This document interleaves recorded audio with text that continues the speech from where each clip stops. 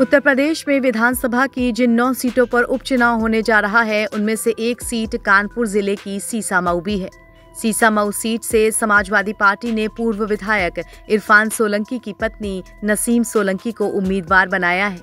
नसीम सोलंकी जब बुधवार को नामांकन करने के लिए पहुंची तो अपने समर्थकों को देखकर रोने लगी। उन्होंने भावुक होते हुए अपनी सास और बेटी को गले लगा लिया। इससे पहले 9 अक्टूबर को जब सपा ने नसीम सोलंकी के नाम का ऐलान किया था, तब भी वो भावुक होकर रोने लगी थी। उन्होंने लोगों से कहा था कि ये सिर्फ विधायक जी यानी कि इरफान सोलंकी का चुनाव है। साथ ही उन्होंने लोगों से कहा था कि हम संघर्ष करने के लिए पूरी तरह तैयार हैं। बता दें कि नामांकन दाखिल करने के दौरान नसीम सोलंकी के साथ सपा विधायक अमिताभ वाजपेयी, मोहम्मद हसनस रूमी, सपा जिला अध्यक्ष फजल महमूद और प्रस्तावक बंटी सेनगर मौजूद रहे।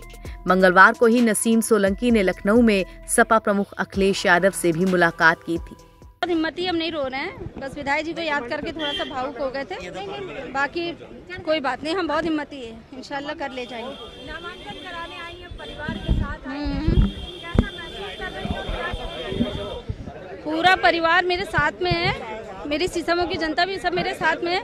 बस एक इंसान नहीं है, बाकी सब मेरे साथ हैं। इस बात का बस थोड़ा सा हमें दुख है। भाजपा को टक्कर दे देंगे। और मैदान में आए हैं तो अल्लाह से दुआ करते हैं कि हर चुनौती को कामयाबी से कर सकें। इंशाल्लाह कोशिश करेंगे पूरी कि अब मुझे तो हर पार्टी से फाइट करना है जी। महिला है, जीत जाएंगी, क्या कुछ करेंगी? इंशाल्लाह जो चीज़ें सामने आएंगी हम कोशिश करेंगे सारे काम बखूबी निभाएं। जिस तरीके से हमारे परिवार में होते रहे काम, मेरे ससुर जी ने करे हैं मरून में। बहुत सारे मुद्दे हैं, पर बहुत सी बातें हैं। सीसामऊ की जनता जानती है कि ये चुनाव मुझे क्यों लड़ना पड़ रहा है।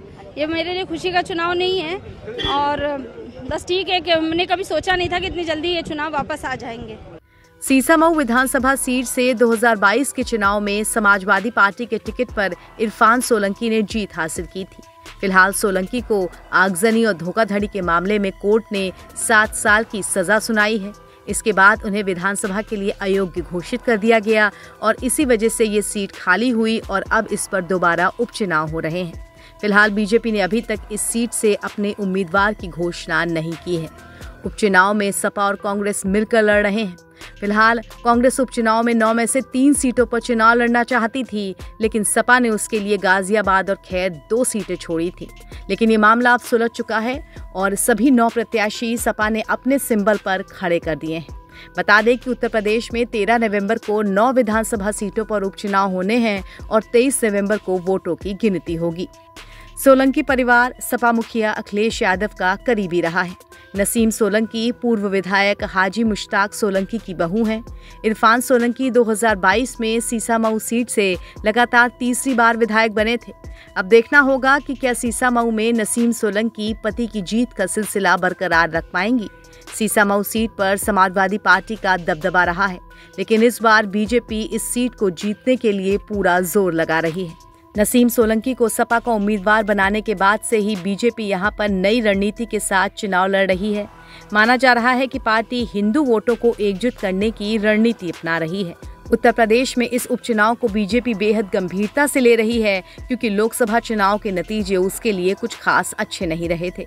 उपचुनाव की कमान खुद मुख्यमंत्री योगी आदित्यनाथ ने संभाली हुई है। योगी आदित्यनाथ उपचुनाव वाली सभी 9 सीटों पर पार्टी प्रत्याशियों के लिए प्रचार भी कर चुके हैं। वहीं बीजेपी की तरफ से फिलहाल कोई उम्मीदवार सीसामऊ सीट पर घोषित नहीं हुआ है। NBT ऑनलाइन की रिपोर्ट।